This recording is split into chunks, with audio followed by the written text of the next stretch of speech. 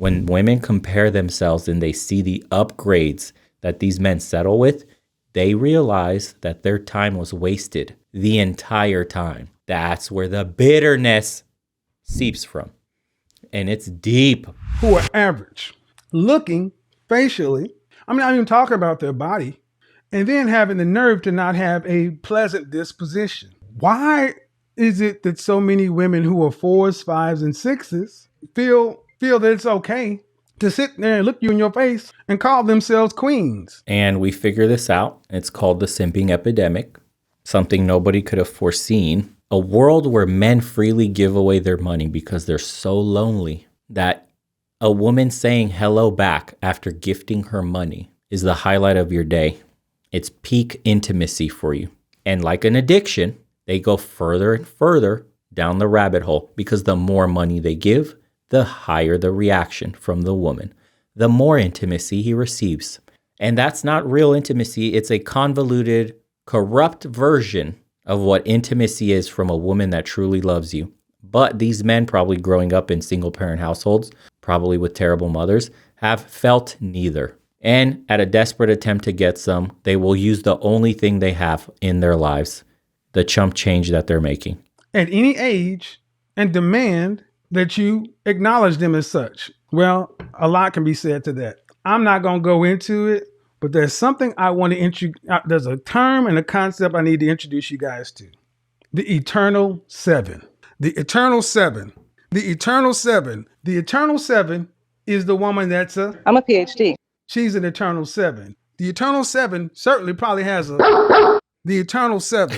What is an eternal seven? Well, many people understand that when I rate people, I don't allow sevens to be used for very simple reasons, because most people would rank themselves as a seven. Most cute women would. Most women would overvalue their ranking. Over on Instagram, I put this up and I'll read it. In the field of social psychology, illusory superiority is a condition of cognitive bias wherein a person overestimates their own qualities and abilities in relation to the same qualities and abilities in other people. In short, they look into a mirror and see an 8, and we look at them and see a 5. If you go back to my show when it first started, women were calling in, ranking themselves 8s and 9s, and that made some of the best shows because when they got on the camera, they were every bit of a 4 or 5. So people are shocked when a woman calls in and ranks herself in the middle, and what I'm seeing is progress. But the shows that the progress is so small because this is a small corner of the world. How did we get here? Well, follow me down the path of something called the eternal seven. What is the eternal seven? The eternal seven is somebody to where the 8s, 9s, and 10s, these women typically get snatched off the market early on. 8s, 9s, and 10s are typically taken off the market by age 23. Somebody snatches them off. Between ages 18 and 23, somebody's going to grab them. Prospects. When you're real 8s and 9s, snatched. Prospects right away. It's very rare. If a 9 and an 8 is beyond age 25 and not settled with, nobody took her up, she's damaged in some way. I'm telling you, seen it time and time again. If you are an absolute dime piece and you're over the age of 25 and you don't have a ring, something's wrong. Pretty, beautiful, or gorgeous, somebody's going to try to lock you down. The 8s, 9s, and 10s have been the head cheerleaders, the it girl, that one chick. She has been the one that is fine, the it girl around your city.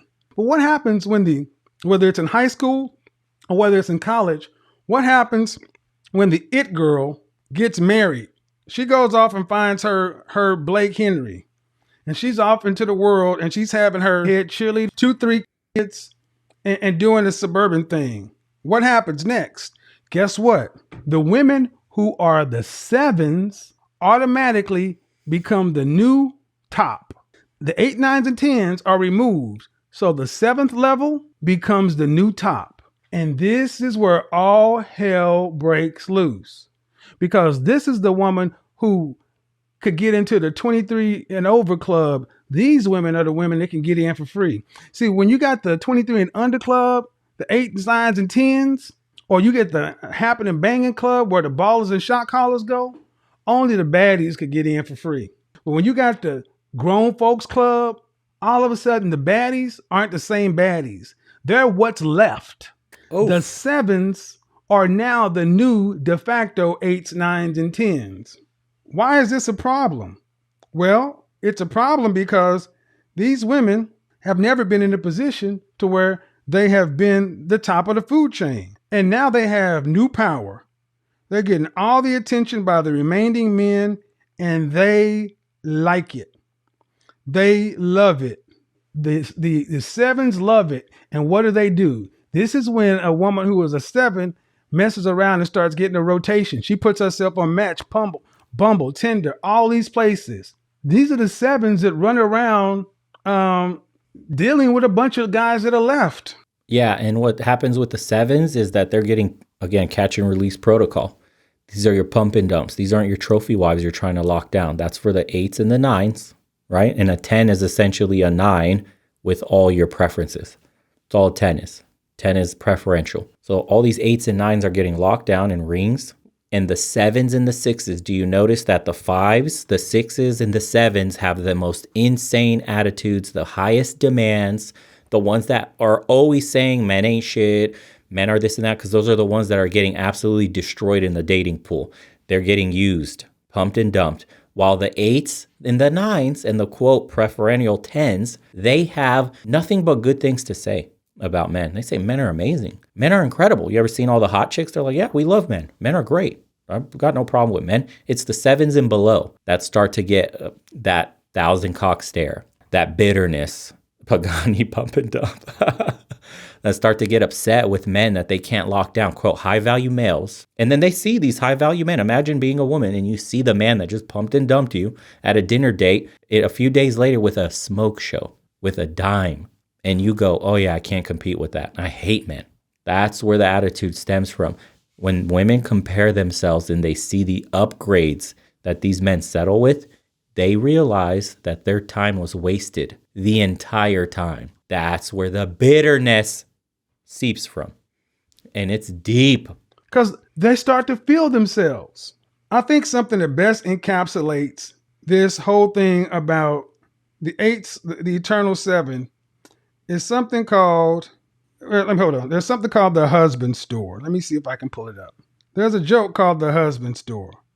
This is an old joke, but bear with me, okay? Here is the mind of the eternal 7, because now she's the top of the food chain.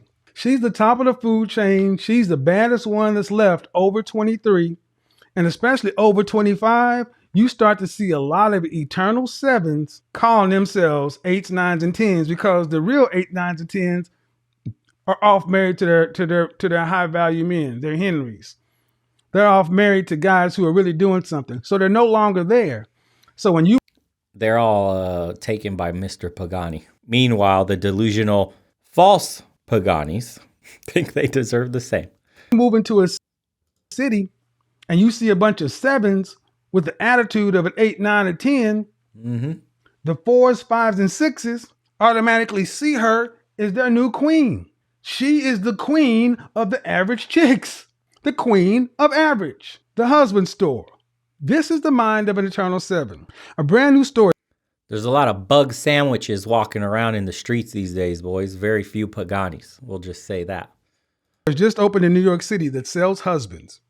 When women go to choose a husband, they must be able to abide by the following instructions. You may visit this store only once. There are 6 floors, and the attributes of the men increase as the shopper ascends. There is, however, one catch. You may choose any men from a particular floor, or you may choose to go up to the next floor, but you cannot go back down except to exit the building. Those are the rules. So, a woman goes into the husband store to find a husband. On the first floor, the sign reads, Floor 1, these men have jobs and love kids. She looks around and says, oh, great, have jobs and love kids. But she decides to, instead of picking a man here, go up to floor 2 because the quality of men keeps ascending as she goes up. She knows the rules. Time is ticking. The second floor reads, these men have jobs, love kids, and love God. She likes this floor, but instead her curiosity is getting the better of her. Floor 1 was good. Floor 2 was better. Gotta see floor 3. Floor 3 reads, these men have jobs, love kids, love God, and are extremely good looking. Jackpot. Floor 3. But if this is what's happened by floor 3, what do you think happens? She keeps on going. Wow, she thinks. But she feels compelled to keep going. So she goes to the 4th floor, and the sign reads, these men have jobs, love kids, love God, are drop dead gorgeous, and will help with housework. That's on the 4th floor. 2 floors left, but on the 4th floor. Oh, mercy me, she exclaims. I can hardly believe it, but still. She goes to the 5th floor, and the sign reads, these men have jobs, love kids, love God, are drop dead gorgeous, help with housework, and have a strong romantic streak. They can put it down, and they're romance guys. She is so tempted to stay. But then she goes to the 6th floor, and the sign reads, you are visitor number 4,363,012 to this floor. There are no men on this floor. This floor exists solely as proof that women are impossible to please. Thank you for shopping the husband store. Goodbye. Now, if you've never heard that joke, there's a joinder to it. To avoid gender bias, the same company opens a store called the wife store. Same rules apply. Men go into the store. The 1st floor reads, these wives love to have sex. The 2nd floor reads, the guy goes on up to the 2nd floor. The floor reads, the 2nd floor, these wives love to have and have money. The joke varies, but you get the point. Floors 3 through 6 have never been used. What is the purpose of that story?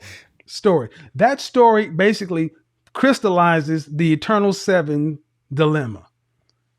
Men realize their limitations, and men overall can recognize when they're ahead and winning. Men will cash out and leave, but women, especially the eternal 7s, keep on going, keep on going, keep on. It's how we're raised. I mean, when you're told from a little girl that you deserve this, that you're a special day, that society coddles you, go boss babe, go queen, never settle, men ain't shit. If he can't provide, if he can't do this, if he can't take you to the Maldives, if he can't, right? The standards that women are sold that they deserve from the get-go is already Mr. Pagani. Is already has to be making $500,000 a mil a year. Already has to be top tier man. He's got to be a model. He's got to be over 6 feet, makes over 6 figures, got over 6-inch pipe, 6-pack to boot, all that shit. You got to have it all in order for them to not feel like they're settling. Yes, this is why they have that attitude. A man has to work to even get a woman to look at him and open her legs. He has to convince, he has to bring value up front and be like, hey, I have charisma. I got a good job. I take care of my body.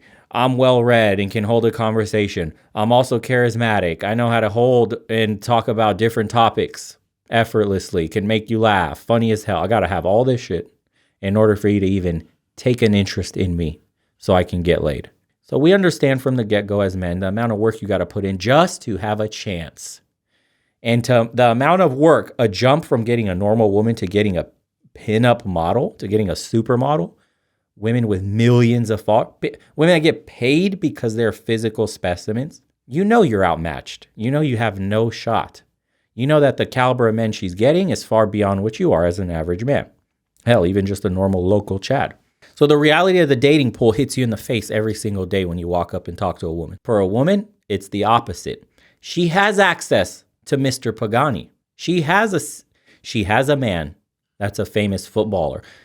There is a guy in her DMs that's 6 foot, 6-pack, 6 figures, all that stuff. What she doesn't understand is she co-inflates a man's interest with sexual interest.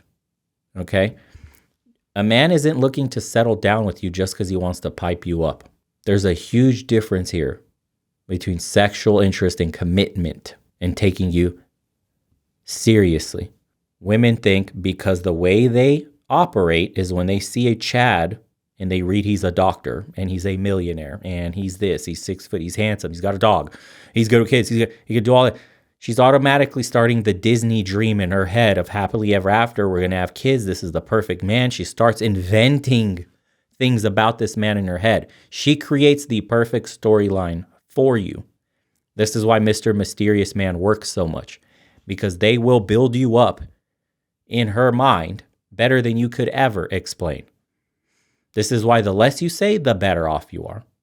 So yes, when you take all this into account and the fact that she does have access because of social media and dating apps and all this stuff, it's easy to see why she thinks that she deserves Mr. Pagani, why she's worthy, why the ground she walks on is blessed by God himself. There's a reason.